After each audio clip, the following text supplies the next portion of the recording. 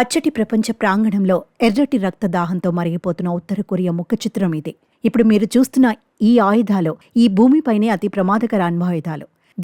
దేశాలని ఇవి మట్టు పెట్టగలవు. ఇలాంటివి ఇంకా ఇంకా కావాలని మరిన్ని తయారు చేసి అమెరికాను ఆచూకీ లేకుండా పేల్చి పారేయాలని ఇప్పుడు ఆ దేశ నియంత కిమ్ పట్టుపట్టారు.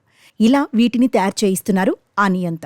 అసలు విషయానికొస్తే అపరిమిత సంఖ్యలో అణ్వాయుధాలు తయారు చేయాలని ఉత్తర కొరియా నియంత కిమ్ జోంగ్ ఉన్ మరోసారి తన అధికారులకు ఆదేశాలు జారీ చేశారు. అమెరికాను అడ్డుకునేందుకు ఈ వ్యూహాన్ని అనుసరించాలని సూచించినట్లు తెలుస్తోంది. అమెరికాలో ట్రంప్ ఎన్నికైన నాటి నుంచి కిమ్ మరింత దూకుడు పెంచారు. ఇటీవలి తన అధికారులతో ఉత్తర కొరియా అధినేత సమావేశం నిర్వహించారు. ఈ సందర్భంగా దక్షిణ కొరియాతో కలిసి అమెరికా అణ్వస్త్ర వ్యూహాలకు పదును పెట్టడాన్ని ఖండించారు.